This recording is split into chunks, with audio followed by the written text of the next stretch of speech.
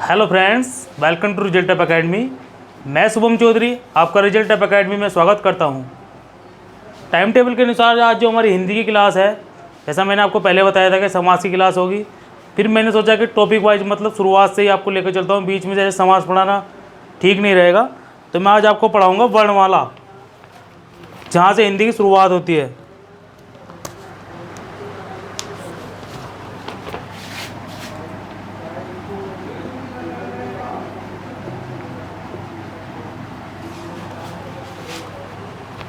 तो वर्णमाला के आज मैं वर्णमाला के बारे में आपको आज पूरी जानकारी दूंगा। इसमें आता है सबसे पहले भाषा।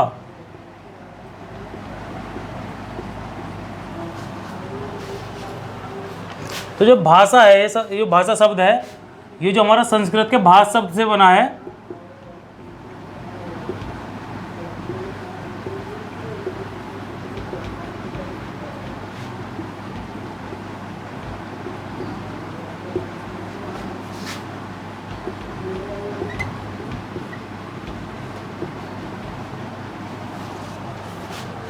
जिसका अर्थ है बोलना। जो भाषा है इसका मतलब ये अर्थ है बोलना। इस टॉपिक के बारे में आपको पूरी मतलब लेकर जीरो से लेकर मतलब हाई लेवल तक पूरी डिटेल आपको दी जाएगी। अब इसके बाद आता है जो आपका मैंने बता दिया, आपका भाषा संस्कृत के भाषा शब्द से लिया गया। इसका मतलब है, इसका अर्थ है बोलना। अब आता है जो भाषा है इसका सार्थक होता है, मतलब जो भाषा के बाद आता है क्या होता है, वाक्य। तो इसका सार्थक है वाक्य। अब जो सबसे बड़ा मतलब है वाक्य होता है, वाक्य छोटा होता है उपवाक्य।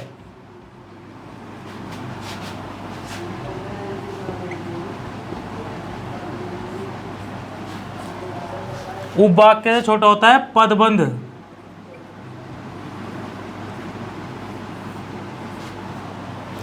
पदबंध से छोटा होता है पद, और उससे फिर छोटा होता है अक्षर,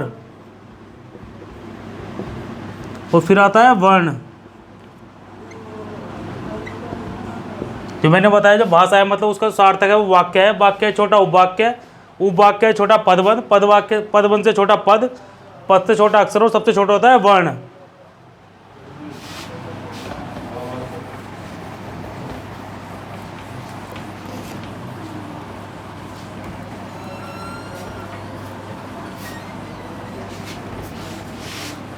अब फिर बात आती है वर्ण क्या है। तो जो वर्ण है, जो हमारी भाषा है उसकी जो सबसे छोटी इकाई है वो वर्ण है।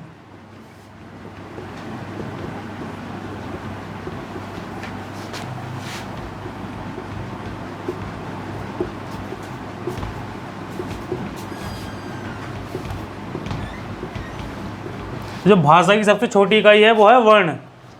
फिर आता है वर्णमाला।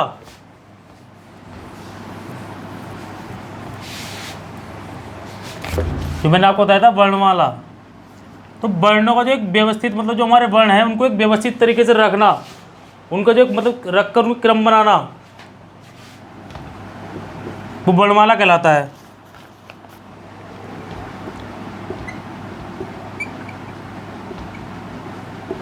तो वर्णों का जो व्यवस्थित समूह है वो वर्णमाला कहलाता है।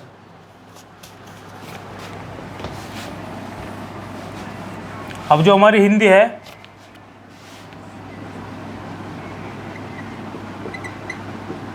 हिंदी में वो उच्चारण के आधार पर 45 शब्द हैं जिनको हम बोलते हैं।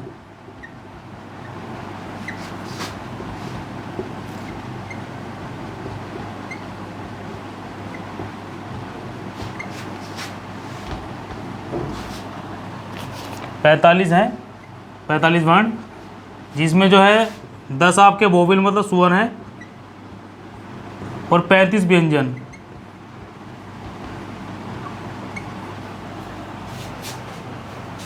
और लेखन के आधार पर है, लेखन के आधार पर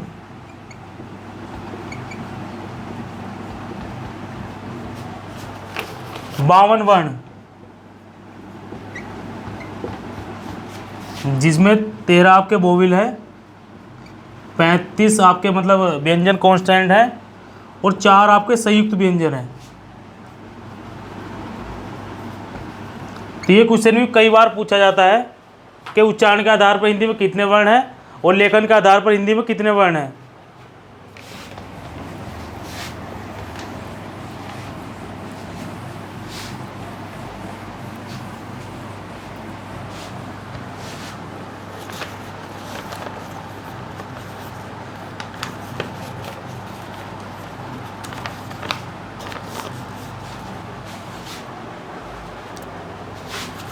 अब जो मैंने आपको बताया था अभी, जो संयुक्त व्यंजन बताए थे 4 में, जो संयुक्त व्यंजन है कौन कौन से हैं, तो संयुक्त व्यंजन है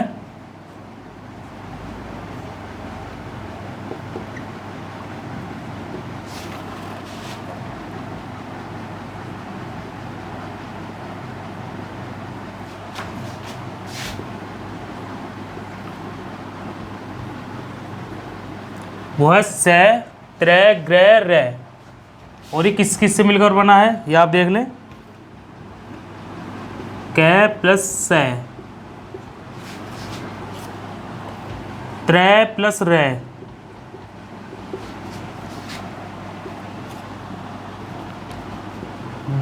ज प्लस मैं और स प्लस र। ये भी कई बार पूछे गए हैं एग्जाम में कि किससे मिलकर बने हुए हैं।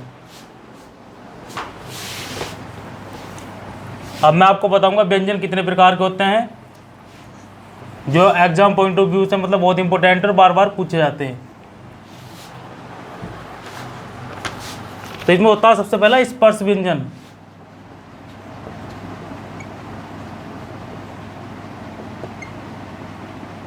किसी भी एग्जाम में आपसे कोई डेफिनेशन नहीं पूछी जानी, कुछ नहीं पूछी जाने की, तो आपको इसमें डेफिनेशन याद करने की कोई ज़रूरत नहीं है। बस ये है जिन व्यंजनों का उच्चारण करते समय जो हवा फेफड़ों से निकलते हुए मतलब मुंह के जो हमारे है कंठ हो गया, तालव्य हो गया, होठ हो गया, इनको टच करते हुए बाहर निकला तो स्पर्श व्यंजन कहलाते हैं। अब इसमें मैं आपको एक सारणी बना रहा हूँ, उसको याद रख लेना, इससे बहुत पॉइंट पूछे जाएंगे।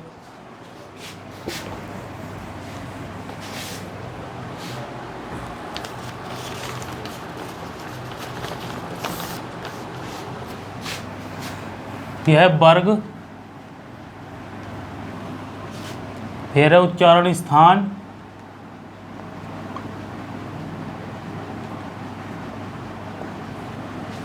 तीसरा है फिर अघोष अल्पप्रमाण,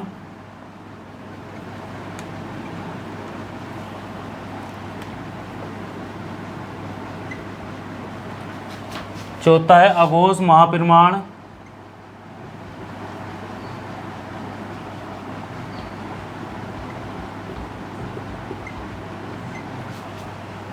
सघोष अल्पप्रमाण,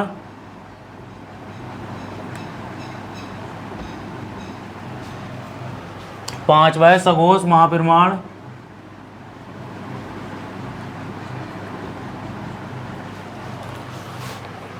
और सबसे आखिरी का है सघोष अल्पप्रमाण नाकिस्य। सघोष अल्पप्रमाण नासिक्य। तो मैंने पहला बता दिया आपको, ये क्या है, अघोष अल्पप्रमाण, अघोष महाप्रमाण, सघोष अल्पप्रमाण, जो मैंने अप्र लिखा है वो सघोष महाप्रमाण, और आखिरी का है सघोष अल्पप्रमाण नासिक्य। अब इसमें सबसे पहला आता है वो होता है कंठ, इसे बोलते हैं कठैया। तो सबसे जो उच्चारण का स्थान है वह कंठ, और जो इसका मतलब इसकी श्रेणी आपको याद रखनी, पहला क, ख, ग, घ और ण। दूसरा है तालव्य,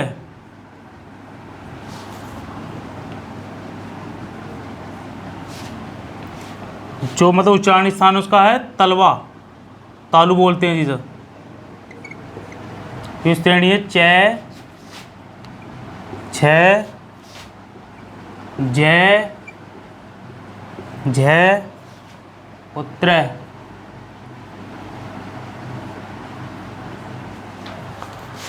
अगला है मूर्धन्य,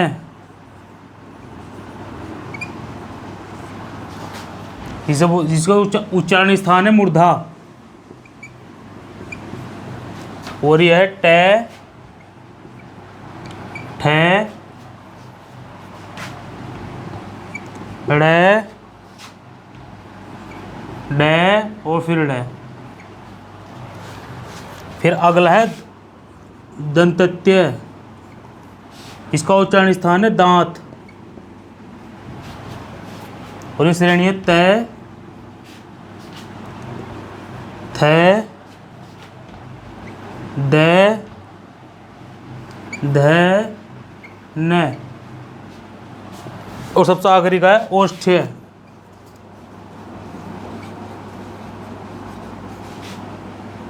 जिसका उच्चारण स्थान है ओष्ठ।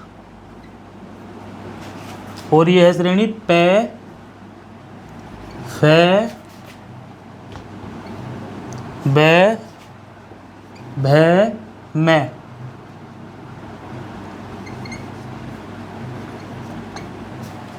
याद करने के लिए आपको कुछ नहीं है इसमें, बस नीचे से याद करना। सबसे पहले क्या होता है, जब हमारा मतलब चेहरा बना हुआ, कंठ, फिर तलवा, फिर मुंह, फिर दांत, फिर होठ सबसे ऊपर, तो उसके हिसाब से आपको याद करने।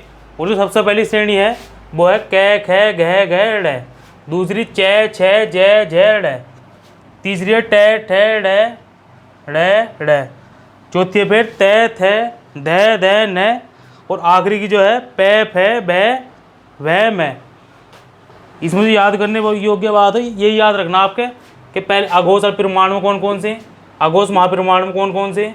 जो मतलब आपकी जो पहली जो श्रेणी होगी किसी की भी, सबकी जितने भी हैं 5 के 5, तो वो होगी अघोष अल्परिमाण। जो दूसरे की होगी वो फिर अघोष महापरिमाण होगी। तीसरा क्या होगा, फिर सघोष चालू हो जाएगा, तो तीसरी हो जाएगी सघोष अल्परिमाण। फिर चौथी आएगी तो फिर वो सघोष महापरिमाण। और जो सबसे आखिरी की होगी वो होगी सघोष अल्परिमाण नासिक्य।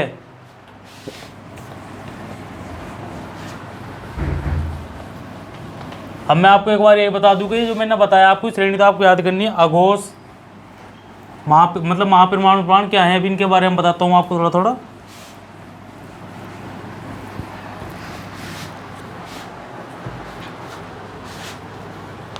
सबसे पहले आता अघोष।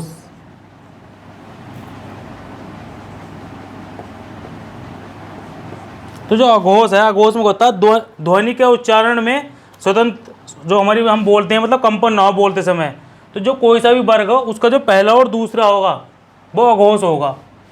जैसे मैंने बताया पहला अघोष महापरिमाण, अघोष अल्परिमाण, अघोष महापरिमाण। तो जो पहला और दूसरा होगा इसे बोलते समय कंपन ना हो वो होगा अघोष। और जिन दोनों को बोलते हो कंपन हो वो होगा सघोष।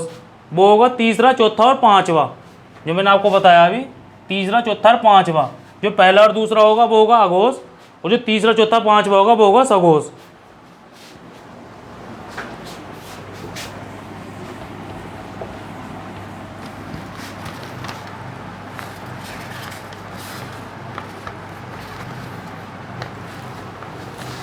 अब इनके बाद आते हैं दूसरा व्यंजन है जो आपका, वो है अंतः स्थायी व्यंजन।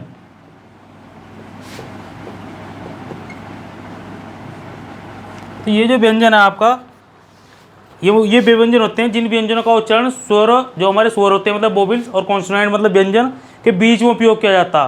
तो ये व्यंजन के नाम याद रखने बहुत जरूरी है, मतलब पूछ ले जाते हैं बार बार कि व्यंजन कौन कौन से हैं। तो ये है ये, रे, ले, बे। कौन कौन से हैं, ये, रे, ले, बे।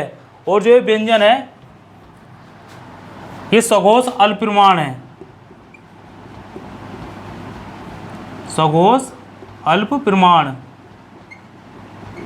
आपको एग्जाम में कोई भी क्वेश्चन दे दिया जाएगा, पूछ लेगा जो इनमें चारों में से बताओ सघोष अल्परिमाण कौन सा, तो आपको इनमें देखना कि ये, रे, ले, बे। या फिर जो मैंने आपको बताया अभी कि जो मैंने श्रेणी बनवाई थी आपको, उसका तीसरा, चौथा और जो पांचवा पद वो सघोष अल्परिमाण, सघोष महापरिमाण और सघोष अल्परिमाण नासिक्य है। तो उनमें से आपको याद रखना कि कौन सा व्यंजन है, उसमें देख कर आपको मतलब ऑप्शन टिक करना है।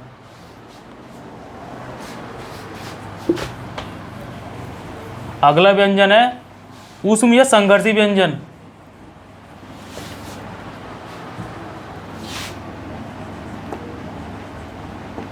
ऊष्म या संघर्षी व्यंजन।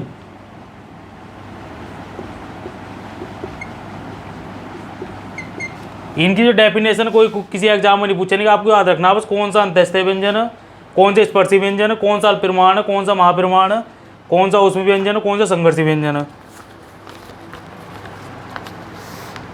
तो ये उसमें संघर्षी व्यंजन में होते हैं जब हम कोई भी अक्षर बोलते हैं, मतलब हमारे मुंह से निकलते हुए जो हमारा मुंह का कोई सा भी स्थान है बस उससे टच होकर निकलने चाहिए।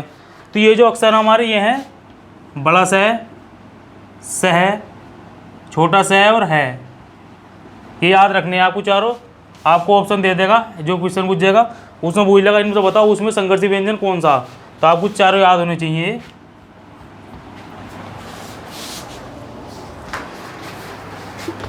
अब आखिरी का एक चीज़ और बचा है इस टॉपिक में,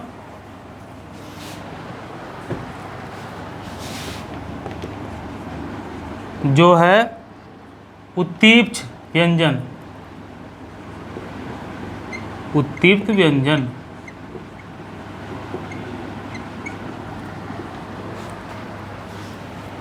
ये हैं आपके दो याद रखने, कौन कौन से, डे और डे। ये याद रखने आपको जो दो व्यंजन है उत्तीप्त व्यंजन ये दोनों हैं। और जो मैंने आपको अभी बताया था उसमें संघर्षी व्यंजन है वे अघोष महाप्रमाण है। जो मैंने आपको बताया है अभी ऊष्म और संघर्षी व्यंजन जो है वे अघोष महाप्रमाण है। ऊष्म या संघर्षी व्यंजन पूछ सकता है, आपको बिल्कुल याद रखना पॉइंट टू पॉइंट, वे अघोष महाप्रमाण। मतलब जो हमारी श्रेणी है उसके हिसाब से देखा जाए तो पहली और दूसरी श्रेणी, क्योंकि मैं दोबारा रिपीट कर रहा हूँ, जो हमारी पहली श्रेणी है वो है अघोष की। अघोष में कौन सी पहली, अघोष में सबसे पहला अघोष अल्परिमाण, जो दूसरा है वो है अघोष महापरिमाण। तो जो तीसरी श्रेणी है वो है सघोष अल्परिमाण, जो चौथी है वो है सघोष महापरिमाण, और जो आखिरी की है वह है सघोष अल्परिमाण नासिक है। आपको ये श्रेणी याद रखनी। उसके बाद जो दूसरे व्यंजन है हमारे अंत्यस्थीय व्यंजन यह रह लैब है, ये भी सघोष अल्परिमाण है, ये भी याद रखना आपको। आपका जो टॉपिक का वर्णमाला लगा ये यहीं समाप्त होता। हम अगर आप हमारी क्लास जो आपको अच्छी लग रही है तो हमारी जो क्लास है इनको ज़्यादा ज़्यादा शेयर करें, हमारी वीडियो को वीडियो को लाइक करें, चैनल को सब्सक्राइब करें। Thank you.